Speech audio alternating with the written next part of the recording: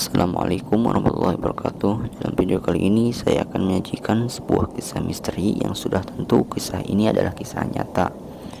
Dan untuk teman-teman yang belum subscribe channel ini, silahkan subscribe karena gratis, tidak merugikan.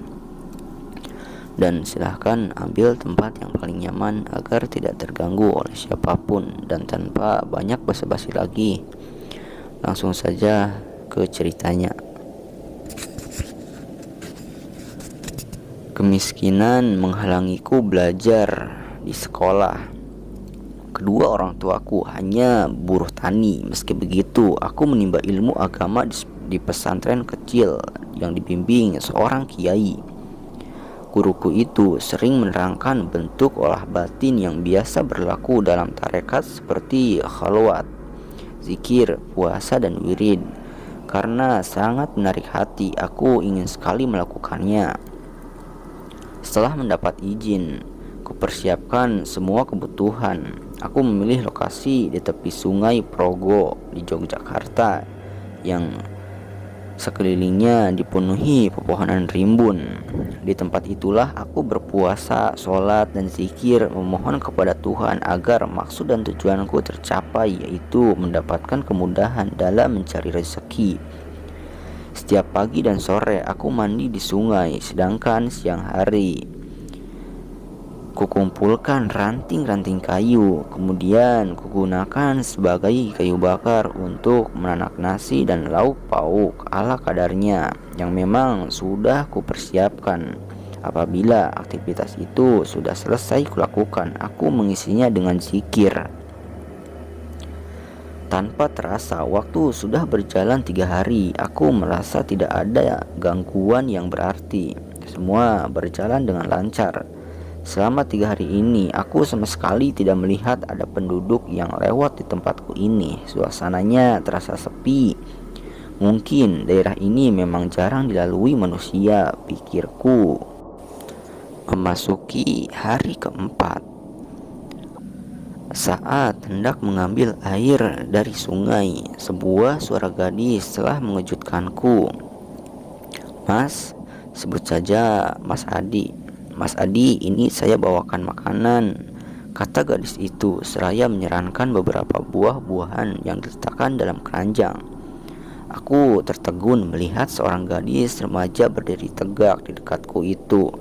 Ia berpakaian serba ungu, mulai dari kerudung baju hingga kain yang membelit pinggulnya. Wajahnya cantik, berhidung mancung, dan kulit yang bersih.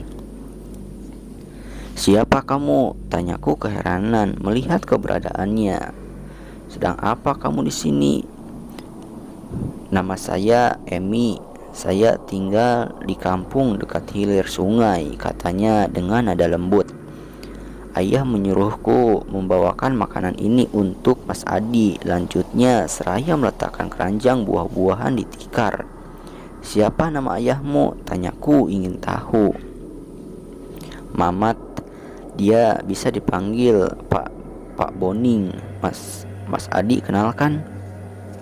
Aku mencoba mengingat orang yang bernama Pak Boning, tetapi rasanya tidak mengenalnya. Mungkin aku memang kurang bergaul hingga tidak mengenal orang itu, pikirku.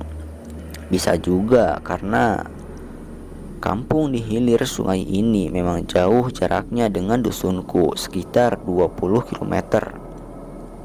Jadi tidak terlalu aneh kalau aku tidak mengenal orang itu. Kalau Pak Boni mengetahui aku sedang khalwat di sini, mungkin karena guruku yang memberitahukannya. Guruku itu memang cukup dikenal masyarakat. Aku terima saja pemberian itu sambil berkata kepada Emi untuk tidak lagi datang ke tempatku. Selain itu, aku berpesan pula untuk menyampaikan rasa terima kasihku kepada ayahnya. Gadis itu hanya mengangguk sambil membalikan badan meninggalkanku.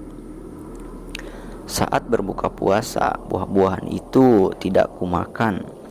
Aku sudah berniat hanya makan dari apa yang kubawa, yang memang hasil keringatku sendiri. Tetapi anehnya, setelah kunjungannya yang pertama, gadis itu semakin sering datang sambil membawa buah-buahan. Pakaiannya pun berganti-ganti. Kadang pakaiannya serba putih, kuning dan kembali kepada ungu. Pernah juga ia membawa kendi berisi air yang diletakkan di dekatku. Aku benar-benar tak habis pikir dengan gadis itu. Siapakah sebenarnya dia? Mengapa dia selalu membawa buah-buahan yang begitu segar, seperti baru saja dibelinya dari sebuah toko buah? Lalu bagaimana dia bisa membeli anggur, apel, pisang, dan jeruk yang benar-benar masih segar? Apakah pergi ke kota untuk membeli buah? Pertanyaan-pertanyaan itu terus menggangguku, tapi sepertinya selalu tidak mempunyai kesempatan untuk mengutarakannya kepada Emi. Begitu mengantarkan bingkisannya, dia segera pergi tanpa berkata sepatah kata pun. Suatu malam, gadis itu datang lagi. Ia langsung duduk di dekatku. Kemudian kuperhatikan ia mulai mengupas buah-buahan yang dibawanya sambil mendendangkan sebuah lagu daerah dalam bahasa Jawa. Anehnya, lagu itu tidak pernah kudengar sebelumnya. Meski seperti bergumam, tapi suaranya terdengar merdu dan membuatku sangat terpesona. Boleh jadi ia memang sinden di kampungnya, pikirku. Tetapi tetap saja aku terganggu dengan kehadirannya. Karena itulah aku tegur gadis itu. Sebaiknya kamu pulang saja, nanti orang tuamu marah, kataku dengan nada jengkel. Enggak apa-apa, saya sudah izin orang tua, jawabnya seolah tidak peduli teguranku. Kedatanganmu ini sangat menggangguku. Emi hanya tersenyum melihat sikapku yang marah. Saya memang mau mengganggu kok, ujarnya sambil menawarkan buah mangga yang sudah dikupasnya. Kalau kamu tidak pergi dari sini, nanti kupukul. Suaraku makin meninggi sambil memegang lengannya. Kuperhatikan raut wajah Emi yang mulai kesal sambil membuang buah yang ada di tangannya. Ia pergi meninggalkanku. Sebenarnya aku tidak bermaksud sekasar itu. Setelah kejadian malam itu, Emi sepertinya tidak jera. Beberapa kali gadis itu datang ke tempatku berkholwat. Semula aku membiarkannya saja, namun akhirnya aku malah tergerak untuk berbincang-bincang. Ketika kutanyakan di mana letak rumahnya, ia mengajakku ke arah bukit. Dari ketinggian bukit itu, ia menunjuk ke hilir sungai ke arah lokasi desanya. Karena gadis itu terus datang dan berbuat baik, hubungan kami pun menjadi akrab hingga suatu malam aku mulai larut dengan pesona kecantikannya. Saat itu aku benar-benar lupa dengan tujuanku semula. Entah siapa yang memulai. Terjadilah perbuatan itu. Perbuatan yang seharusnya hanya boleh dilakukan dalam ikatan suami istri yang sah.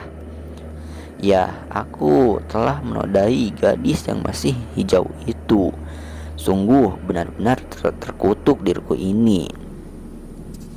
Sejak peristiwa itu, Emi tidak pernah menemuiku lagi. Sementara aku sendiri mulai ragu dengan apa yang kulakukan selama seminggu ini. Aku merasa gagal dalam mengekang nafsu hingga keputusanku mengakhiri kholwat. Segera aku kemas sisa perbekalan. Sebelum pulang, kusempatkan diri ke bukit, melihat kembali letak desa tempat Emi tinggal. Namun, seketika itu aku heran.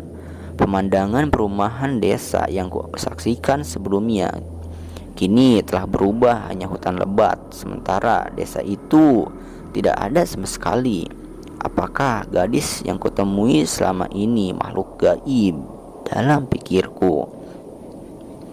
Sepulangnya aku menceritakan pengalaman itu kepada guruku. Dia mengatakan bahwa gadis yang kutemui termasuk bangsa lelembut atau bisa dikatakan jin.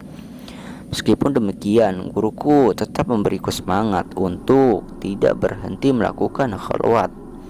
Tentunya dengan bekal iman dan ilmu yang lebih kuat agar tidak mudah terpedaya. Seiring berjalannya waktu, aku pun merasakan hasil yang kuperoleh selama tahun-tahun keprihatinan dulu. Aku dapat menjalani hidup sewajarnya meskipun hidup sebagai petani. Namun hasil yang kuperoleh cukup memenuhi kebutuhan anak dan istriku. Di samping itu, ilmu yang kumiliki kumanfaatkan untuk membantu sesama, terutama mereka yang mengalami problem dalam hidupnya, seperti usaha, pekerjaan, atau jodoh. Tidak sedikit pula yang datang kepadaku untuk minta nasihat dalam urusan rumah tangga. Hampir 20 tahun sejak pertama kali khalwat di tepi Sungai Progo, aku kembali mengalami peristiwa aneh. Usai saat malam, saat sedang berzikir, aku kedatangan seorang gadis kecil. Ia berusia sekitar 5 tahun, rambutnya sebatas bahu, dengan pakaian warna putih. Gadis itu menatapku sambil berkata, "Saya mau ketemu Bapak," katanya polos. Aku menatapnya heran. "Siapa kamu?" tanyaku. "Nama saya Siti, ibu saya Emi," kata ibu. "Nama bapak saya adalah Adi," kata gadis cilik itu seolah hendak membuka ingatanku. "Ibu bilang saya disuruh tinggal sama bapak." Sejenak aku tertegun. Mustahil peristiwa puluhan tahun itu berdampak bagiku. Meskipun bimbang, aku tidak kuasa untuk menolak kehadiran Siti. Akhirnya kuterima Siti menjadi bagian dari keluargaku. Dia kutempatkan di lemari tua di gudang belakang rumah. Aku pesan kepadanya agar tidak mengganggu penghuni rumah, terutama istri dan anakku. Untuk menghibur Siti, sengaja aku belikan mainan dan pakaian. Bahkan menjelang lebaran, aku selalu memberikan pakaian yang baru untuknya. Anehnya, meskipun berjalan bertahun-tahun, pertumbuhannya tetap sama seperti ketika datang pertama kali. Dia tetap seperti bocah berusia 5 tahun. Mungkin hal ini karena adanya perbedaan waktu antara alam jin dan alam manusia. Hingga kini aku selalu bertanya, apakah gadis cilik itu hasil hubungan birahiku dulu dengan Emi, yang konon berasal dari bangsa jin. Bagiku mustahil persetubuhan jin dengan manusia bisa menghasilkan keturunan. Mungkin saja gadis cilik itu bangsa jin yang mengaku sebagai anakku agar aku mau merawatnya. Tapi yang pasti aku tidak terlalu memperdulikannya. Bagaimanapun, jin adalah makhluk ciptaan Tuhan. Karena itulah aku tetap merawatnya dan kuajari pelajaran agama, sama seperti aku mengajari anak-anakku sendiri. Istri dan anak-anakku pun kerap merasa aneh dengan sikapku yang begitu mengistimewakan lemari tua itu. Ya, mereka memang tak pernah tahu bahwa di dalam lemari itu ada makhluk lain yang mengaku sebagai darah dagingku sendiri. Anehnya, aku tidak pernah lagi mendengar kabar Emi, ibu dari gadis cilik itu. Mungkin dia telah lupa padaku, atau mungkin dia tak dapat lagi menyatukan frekuensinya dengan frekuensi tubuhku sehingga kesulitan menemuiku. Ya, semuanya hanyalah dugaan yang sulit dipastikan. Kurang lebih ceritanya seperti itu, dan terima kasih sudah menyimak kisah ini. Dan mohon maaf sekali apabila ada perkataan yang kurang enak didengar, mohon untuk dimaafkan. Karena saya juga menyadari dari video ini banyak sekali kekurangannya, dan mohon untuk dimaafkan.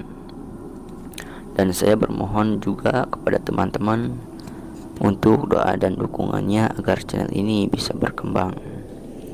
Sekian dari saya. Wassalamualaikum warahmatullahi wabarakatuh.